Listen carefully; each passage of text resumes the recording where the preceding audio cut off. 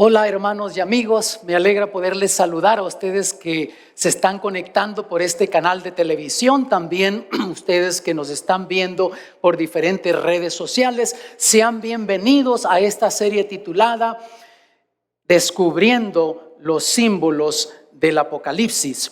Y queremos también decirles que ahora estamos comenzando este mensaje titulado Las 7 iglesias del Apocalipsis, la parte 2. Si tú estuviste con nosotros la vez pasada, descubriste que habíamos iniciado la primera parte del mensaje de las 7 iglesias de Apocalipsis. Quedamos que esta parte la estamos presentando o este mensaje en 3 partes. Hoy estamos en la segunda parte del mensaje de las 7 iglesias del Apocalipsis. Así es que vamos a proseguir y recuerda que dijimos que para entender el libro de Apocalipsis tenemos que saber cómo está estructurado el libro. Y el libro de Apocalipsis ya mencionamos que está dividido en 2 partes principales. Primera parte, la parte histórica, capítulos 1 al 14, tiene que ver con la historia de la iglesia cristiana, comenzando desde el primer siglo, avanzando en la historia hasta el tiempo en el que vivimos cuando por fin Jesús aparece en gloria por su iglesia. Quiere decir que la mayoría de lo que tú lees, que está en los capítulos 1 al 14 de Apocalipsis, ya se ha cumplido, queda muy poco por cumplirse y entonces Jesús aparece en gloria por su iglesia. La segunda parte, la parte escatológica, que tiene que ver con eventos del fin, capítulos 15 al 22, de esto nada se ha cumplido todavía, pero una vez que se comienzan a cumplir estos eventos rápida y dramáticamente, y Jesús aparece en gloria por su iglesia. Mencionamos también que cada parte tiene 4 divisiones principales y algunas subdivisiones. Ya comenzamos con la introducción al libro y ya comenzamos también estudiando la primera división, que es las 7 iglesias del Apocalipsis. Ahora estamos con la segunda parte del mensaje a las 7 iglesias. En el capítulo 1, versículos 10 y 11, comienza diciendo el apóstol Juan aquí: yo estaba en el Espíritu en el día del Señor. Y oí detrás de mí una gran voz como de trompeta que decía: yo soy el Alfa y la Omega, el primero y el último. Y nota que aquí Juan identifica que recibe este mensaje especial en un día especial, le llama el día del Señor. En esta ocasión no vamos a aclarar con la Biblia qué día es. En otro estudio vamos a ver eso, pero de hecho fue un día especial y Dios se encargó que este mensaje especial se recibiera en ese día y que Juan identificara que se encontraba en ese día especial recibiendo estos mensajes. También mencionamos que en esa escena del mensaje de las 7 iglesias, Juan ve a un personaje glorioso, maravilloso, caminando en medio de 7 candeleros y lo identifica con el pelo blanco, con los ojos como llama de fuego, los pies como bronce bruñido. Y enseguida también identifica que tiene 7 estrellas en sus manos. Y descubrimos que ese personaje es nuestro Señor Jesucristo. Es una escena introductoria del santuario celestial antes de presentar el mensaje a las 7 iglesias, mostrándonos que Jesús ministra por nosotros en el santuario celestial. Descubrimos que esos candeleros es símbolo de las iglesias. Por lo tanto, Jesús ahora en el cielo, en el santuario celestial, ministra por ti, ministra también por mí. Y las 7 estrellas son los ángeles, dice, quiere decir que están al comando del Señor Jesús, y en Hebreos dice que son espíritus ministradores que están para servir al pueblo de Dios. ¿No te parece maravilloso que el Señor Jesús tiene a su comando los ángeles, y cuando tú estás en necesidad, esos ángeles están listos para auxiliarte en el momento oportuno? Y en el versículo 11 dice la última parte: escribe en un libro lo que ves y envíalo a las 7 iglesias que están en Asia: a Éfeso, Esmirna, Pérgamo, Teatira, Sardis, Filadelfia y Laodicea. Y en el estudio pasado descubrimos que estas iglesias existieron en el tiempo del apóstol Juan. Geográficamente existieron. Juan identifica como estando en Asia. Es lo que ahora entendemos como el país de Turquía. Y quedaban en una ruta principal del Imperio Romano. Éfeso, Esmirna al norte, Pérgamo al norte de Esmirna, al sureste de Pérgamo, Teatira, al sureste de Teatira, Sardis, al sureste de Sardis, Filadelfia, y por fin al sureste de Filadelfia, Laodicea. Y dijimos que existieron, y los mensajes a las 7 iglesias tienen varias aplicaciones. Para comenzar, a las 7 iglesias en Asia Menor, o sea, esas iglesias que estuvieron ubicadas geográficamente allí en el primer siglo. También dijimos que se aplica a 7 etapas de la historia de la iglesia cristiana, cronológicamente, tomando como punto de partida el primer siglo, cuando se establece la iglesia cristiana, y avanzando en la historia hasta el tiempo en el que vivimos y cuando por fin Cristo Jesús aparece en gloria por su iglesia. También estos mensajes se aplican a las iglesias cristianas individualmente, a tu iglesia cuando esté en crisis, con problemas, tanto las reprensiones como también las bendiciones, las promesas que el Señor Jesús da aquí en estos mensajes, y también por supuesto a los cristianos individualmente. En esta presentación nos vamos a concentrar en las 7 etapas de la iglesia cristiana, tomando como punto de partida el primer siglo y avanzando hasta el tiempo en el que vivimos, y vamos a hacer algunas aplicaciones sobre todo a nosotros como cristianos individualmente. Comienza Éfeso. Apocalipsis 2:1 escribe al ángel de la iglesia en Éfeso. Y nota el mensaje, se encuentra, de hecho, desde Éfeso significa deseada.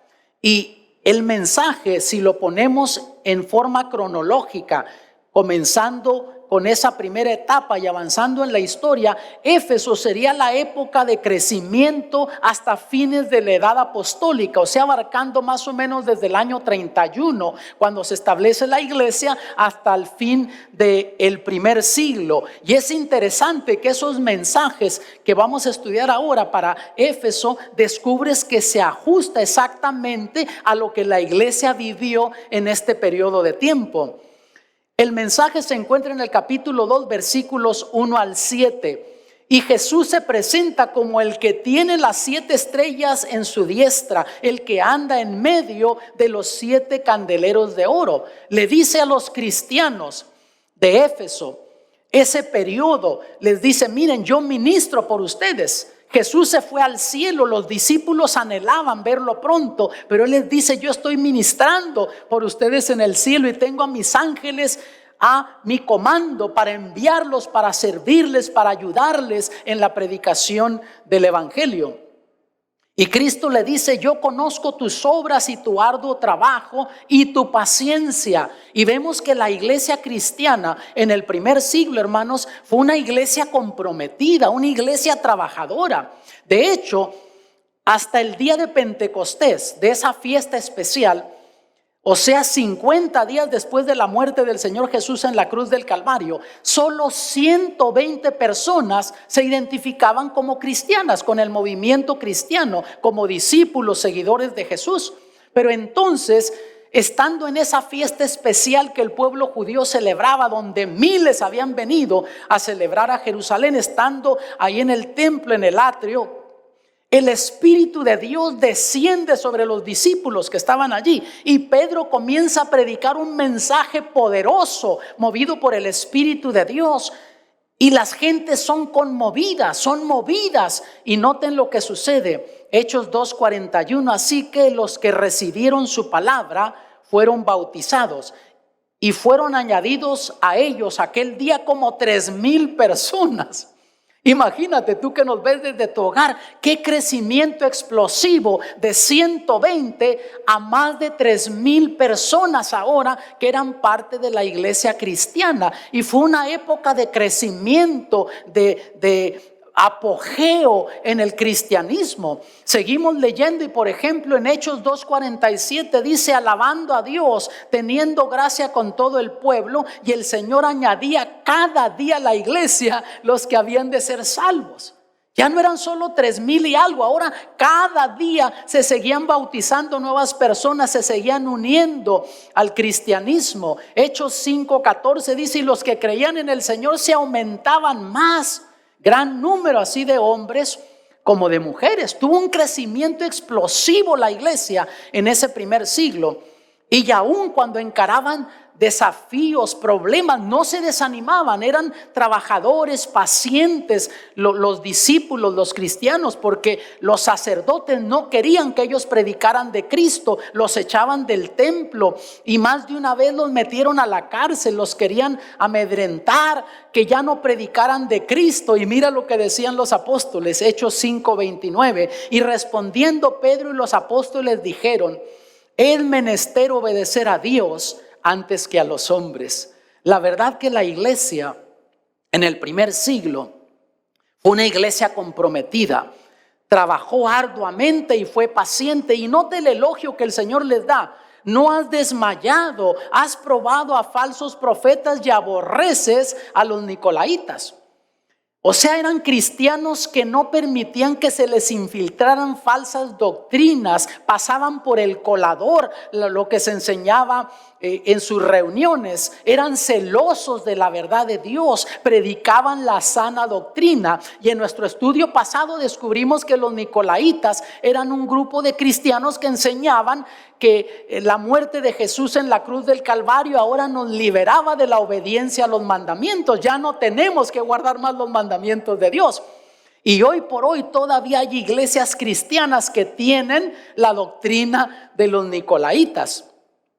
Pero ellos no permitieron en ese primer siglo que se les infiltrara esa doctrina. Ellos siguieron predicando a Cristo y siguieron guardando los mandamientos. Y la reprensión es: has dejado tu primer amor.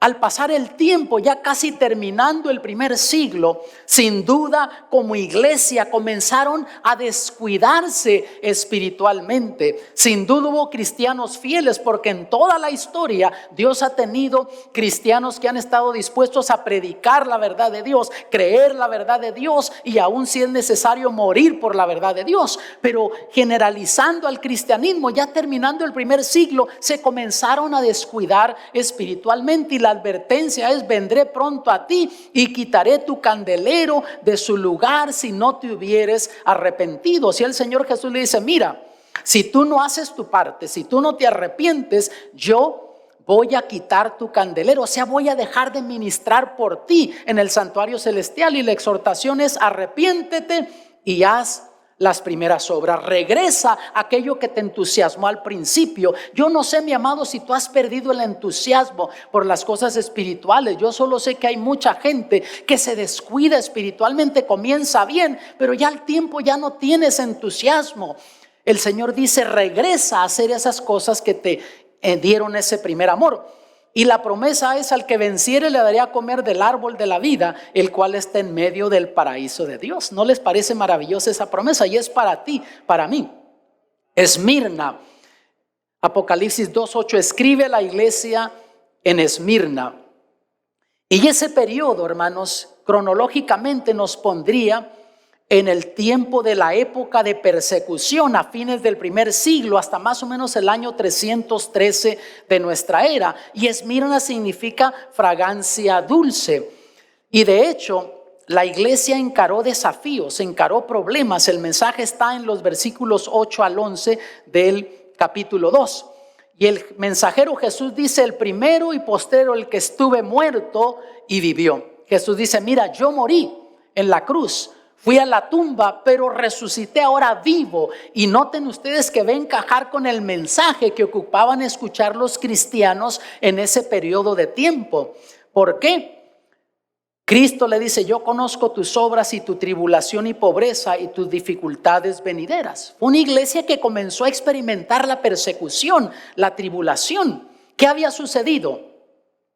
Aparecieron emperadores que prohibieron el cristianismo en el Imperio Romano, porque un escritor del primer siglo dijo que los cristianos estaban por todos lados, en las plazas, en los negocios, aún en la casa de César. O sea, había empleados del emperador que se habían convertido al cristianismo, y aún hay datos de familiares de algunos emperadores en la historia que se convirtieron al cristianismo. Y estos emperadores, comenzando con Domiciano, después también Diocleciano, Decios, Nerón y otros más, prohibieron el cristianismo en el Imperio Romano, temiendo que el cristianismo fuera a tomar control del gobierno del Imperio Romano. Incluso hay un caso cuando Nerón mandó que incendiaran un terreno que tenía él cerca de su casa para limpiarlo de la maleza.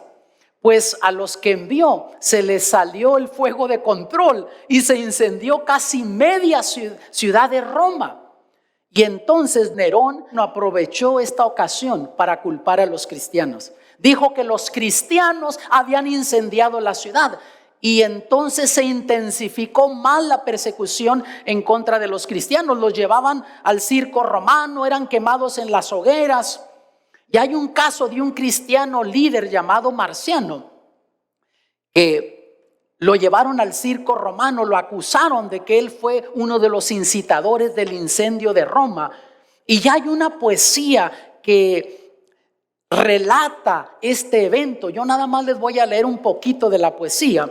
Pero cuando fue ante Nerón, ante el César, le dice él: César, miente quien afirma que a Roma he sido yo quien prendió fuego.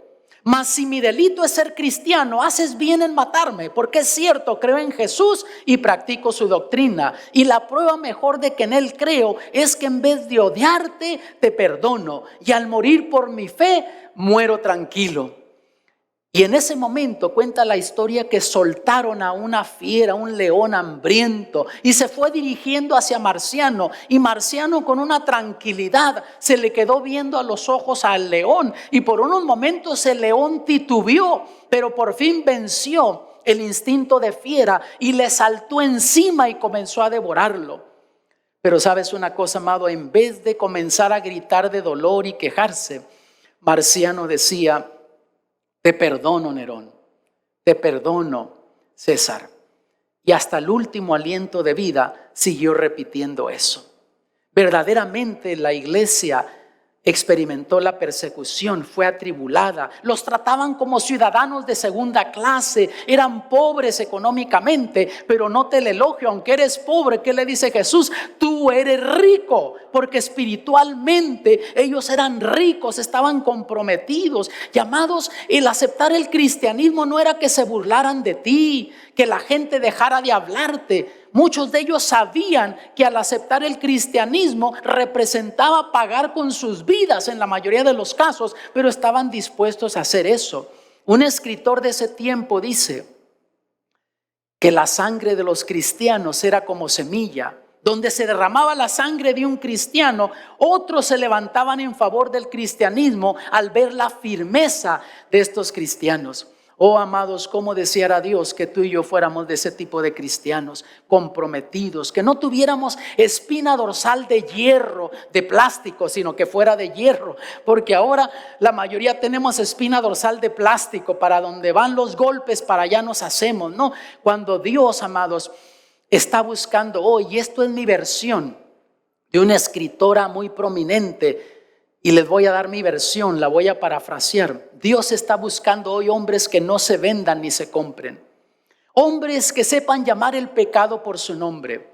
Hombres que sean fieles a Dios como la brújula lo es al polo. Hombres que se mantengan del lado de la justicia, aunque los cielos se desplomen sobre ellos. Ese tipo de cristiano Dios quiere que tú seas.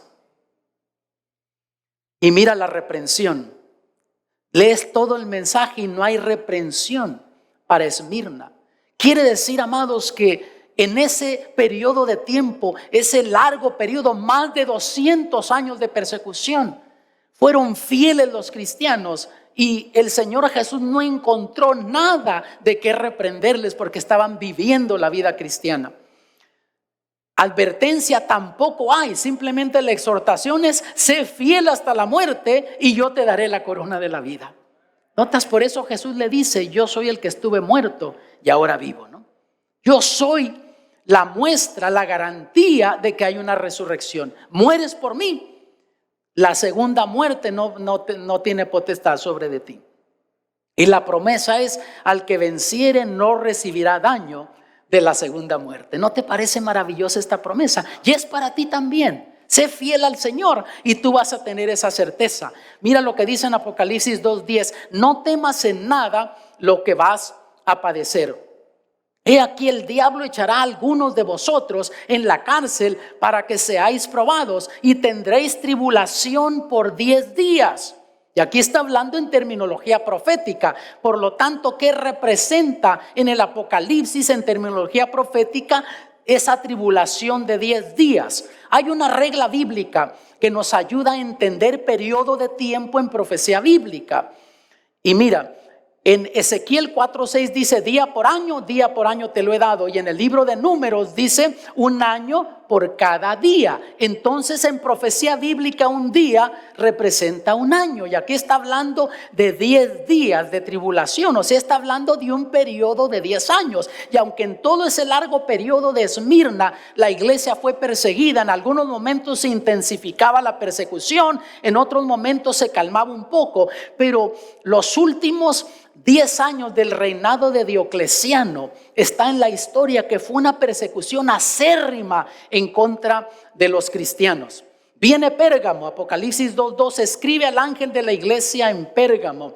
Pérgamo significa altura o elevación, y fue la época imperial desde Constantino hasta el papado, más o menos del año 313 al año 538. Y la historia nos enseña que para el año 313 de nuestra era aparece Constantino como emperador de Roma y del imperio. Y sabes tú que quedó en la historia como uno de los emperadores más sagaces, porque en vez de perseguir al cristianismo, él más bien le abrió las puertas al cristianismo en su imperio. Y en vez de perseguir a los cristianos, ahora los invita a reunirse en iglesias. Y hasta entonces los cristianos no se reunían en iglesias, se reunían en los hogares. Pero comienza a edificar tremendos templos. Y cuando eso sucede, comienza a declinar el crecimiento en el cristianismo. Luego también comenzó a mezclar un tipo de religión cristiano-pagana. Hizo una fusión de una religión cristiano-pagana, porque recuerda que los romanos eran paganos y los cristianos, en su mayoría cansados de la persecución, se sienten cómodos al entrar a esos templos. Y así comenzó una era de transición. Y mira cómo se presenta Jesús: el que tiene la espada aguda de 2 filos. Le recuerda, y en Hebreos nos dice que esa espada de 2 filos, que es la Biblia, la palabra de Dios. Y Jesús le recuerda que Él tiene su palabra, porque para esta altura, amados, comenzaron a hacer cambios drásticos, sustituir la palabra de Dios por enseñanzas humanas y tradiciones humanas. Y en su mayoría el cristianismo se fue ajustando a eso. Hubo cristianos que se mantuvieron fieles en la historia, pero generalizando se fue ajustando la iglesia. Y Cristo le dice: yo conozco tus obras y dónde moras, donde está el trono de Satanás. ¿Por qué le dice eso Jesús a los cristianos fieles en ese periodo de tiempo de Pérgamo? Porque poco a poco se fueron haciendo cambios. Entró la idolatría cuando ellos no adoraban imágenes. El cristianismo hasta el año 313 no usaba imágenes en el culto. Comienzan a reemplazar, entrar imágenes y reemplazar todo lo que había creído la iglesia de principios básicos, y comienzan a hacer cambios dramáticos. Mira lo que está escrito en el libro Siglos de Cristiandad, una historia concisa. Dice así: los nuevos cristianos eran, en lo que a sus pensamientos y costumbres se refiere, los mismos paganos de siempre. Su entrada a las iglesias no eliminó el paganismo. Por el contrario, gran número de paganos bautizados permitió que el paganismo diluyera la energía moral del cristianismo organizado, al punto que lo tornó impotente. Y ahora el Señor Jesús le dice el elogio: retienes mi nombre y no has negado mi fe. ¿A quién le está diciendo eso el Señor Jesús? A aquellos cristianos en el periodo de Pérgamo que se mantuvieron fieles. Como iglesia organizada, comenzaron a apostatar, pero hubo cristianos que se mantuvieron fieles sirviendo al Señor. La reprensión tienes allí a los que retienen la doctrina de Balaam y la doctrina de los Nicolaitas. Notas, los efesios odiaban esa doctrina. Aquí ya se les había infiltrado. Comenzaron a decir los mandamientos no son importantes y vienen entonces las doctrinas de hombres.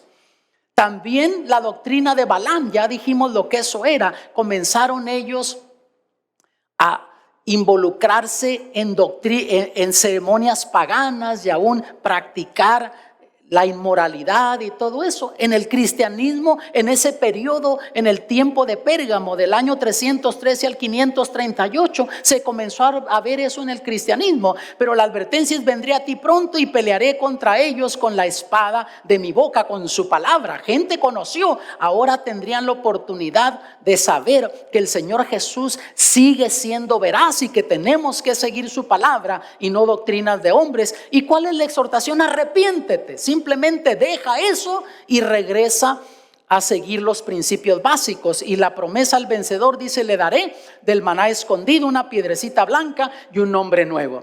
Y el maná era ese pan que caía del cielo cuando el pueblo de Israel peregrinaba por el desierto. Pues Jesús dijo: yo soy el pan que descendió del cielo. Y luego la piedrecita blanca, en los tiempos bíblicos, cuando acusaban a alguien,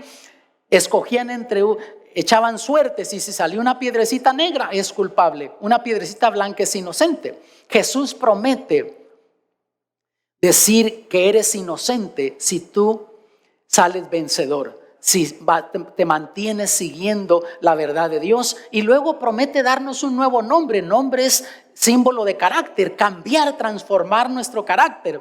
Teatira, Apocalipsis 2:18, escribe al ángel de la iglesia en Teatira.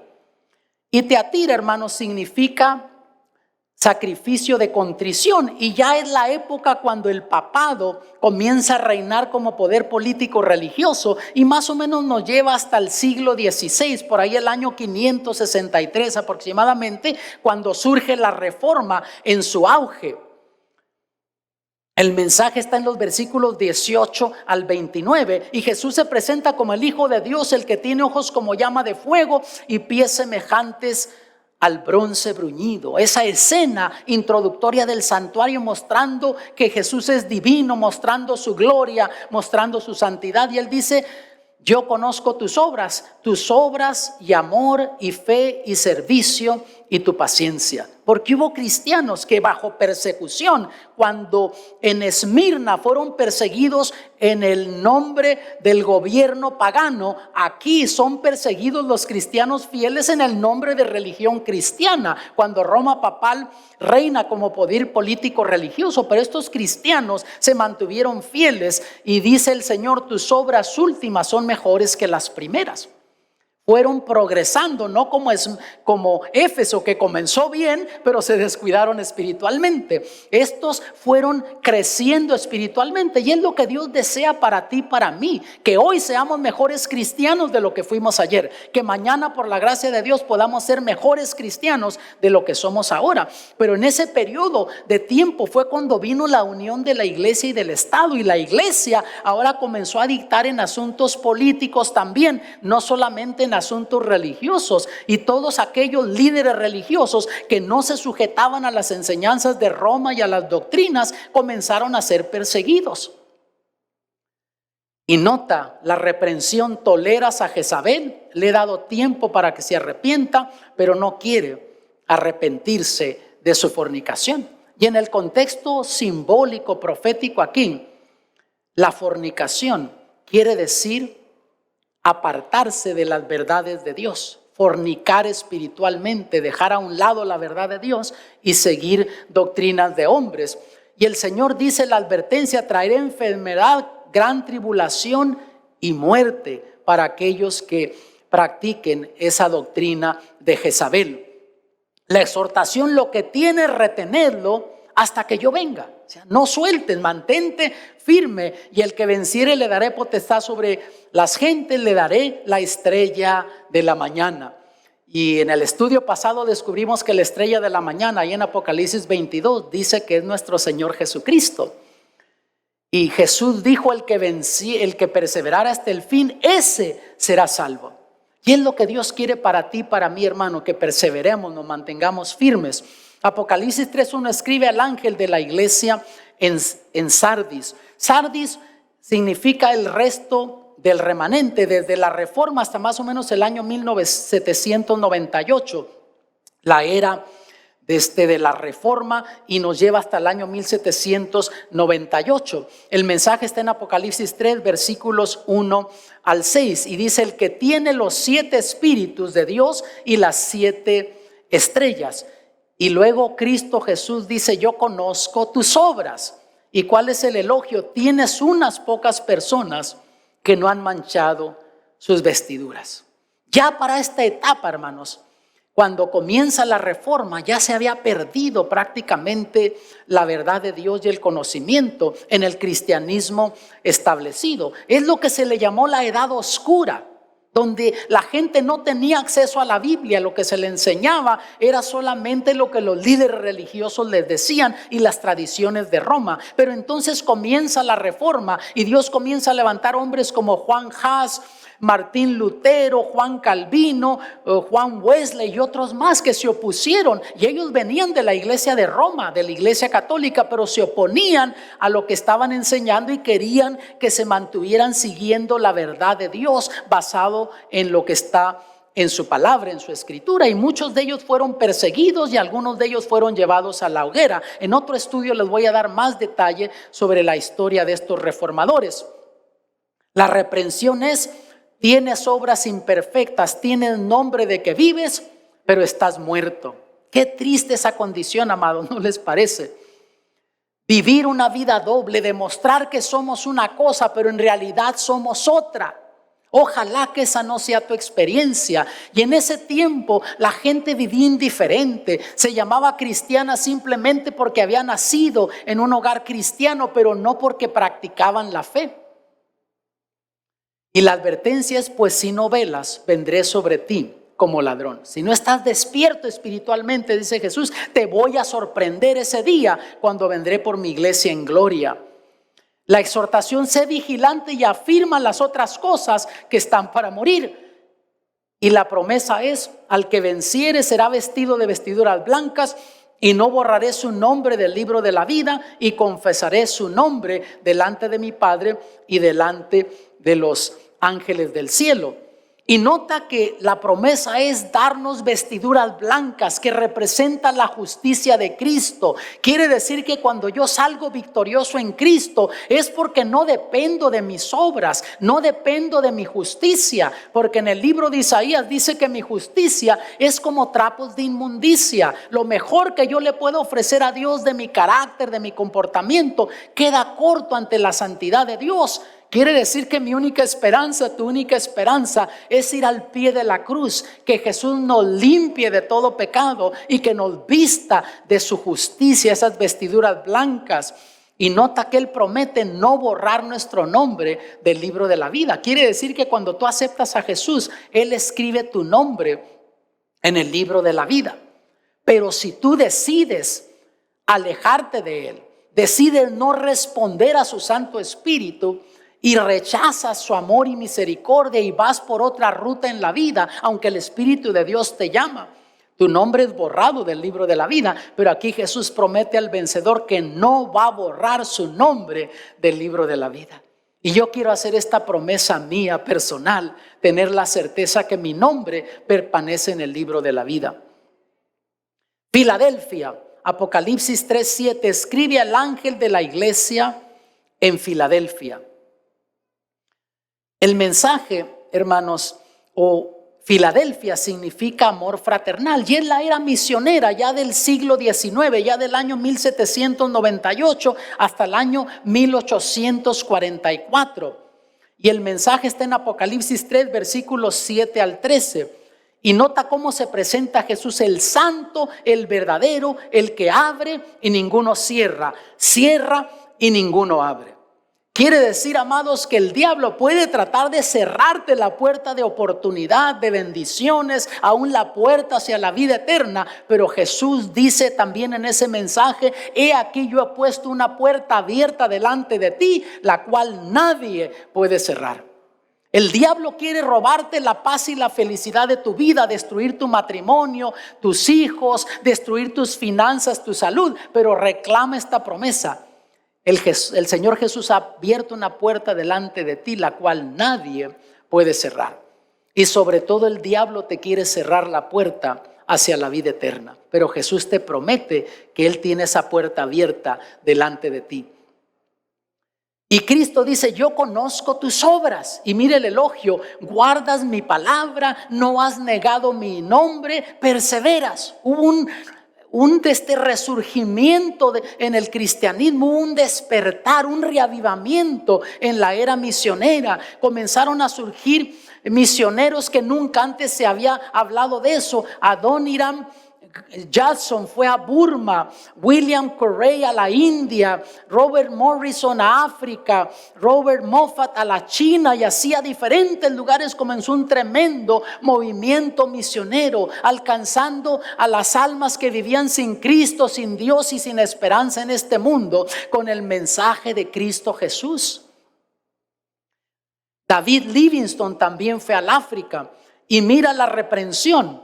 No hay reprensión para Filadelfia, igual como Esmirna. A todas las otras 5 iglesias de las 7, el Señor Jesús encuentra algo de qué reprenderles, pero no a Filadelfia ni a Esmirna. Quiere decir que en ese movimiento, en ese despertar misionero ya del siglo XIX en lo adelante, los cristianos vivieron la fe hasta lo que entendieron. No necesariamente estaban siguiendo todas las verdades bíblicas fundamentales, pero hasta lo que sus conciencias les dictaron y hasta la luz espiritual que tuvieron, ellos fueron fieles a la verdad que entendían.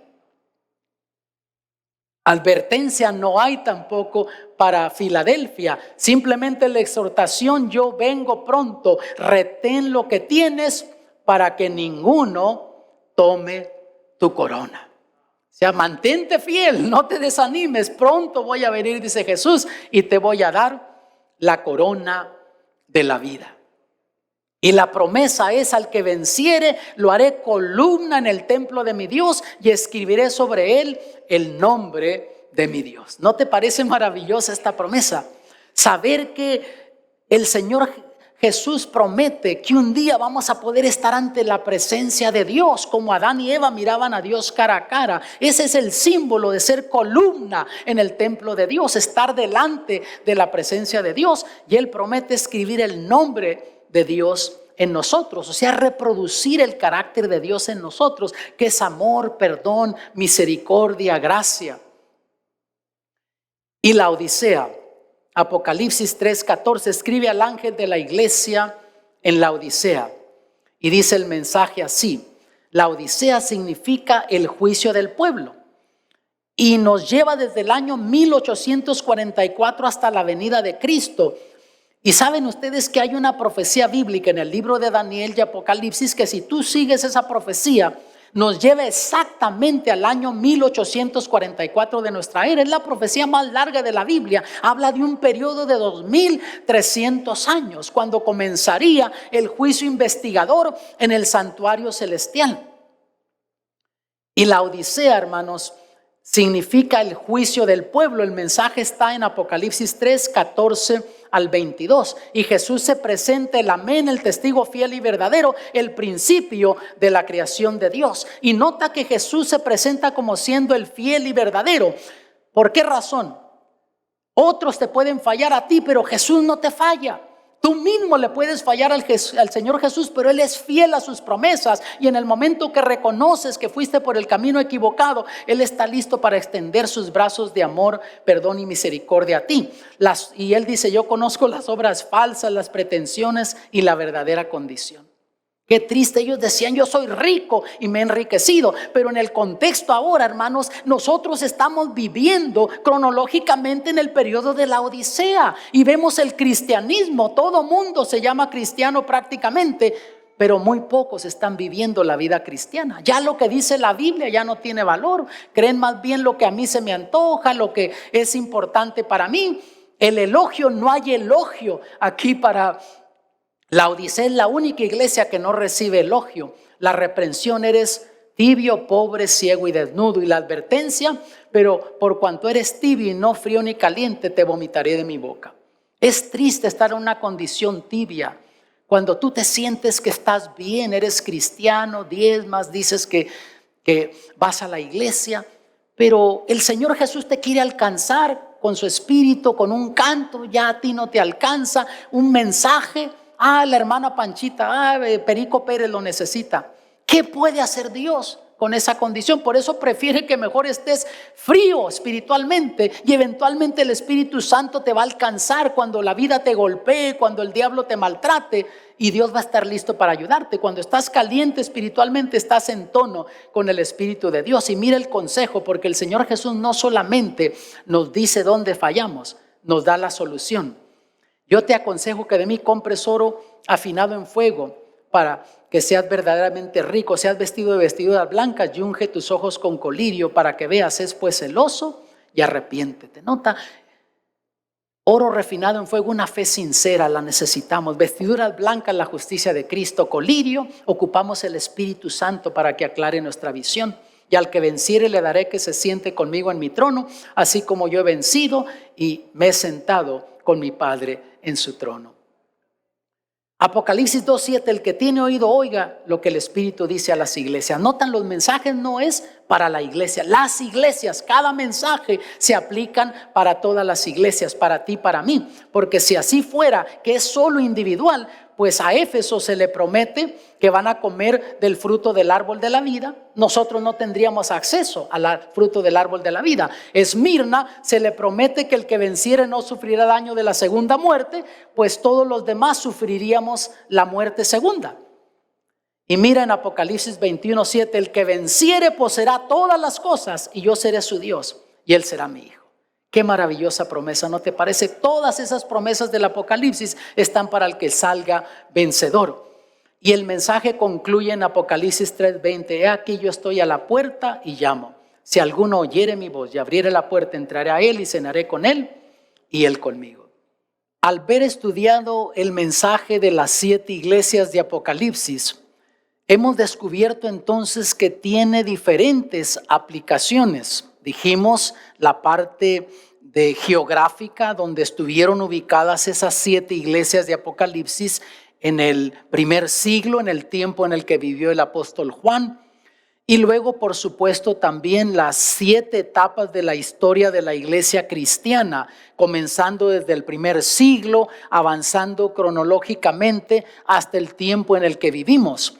Y dijimos que también se aplican esos mensajes a cualquier iglesia en particular, en cualquier tiempo de la historia, que necesita tanto las reprensiones de Dios como también las promesas.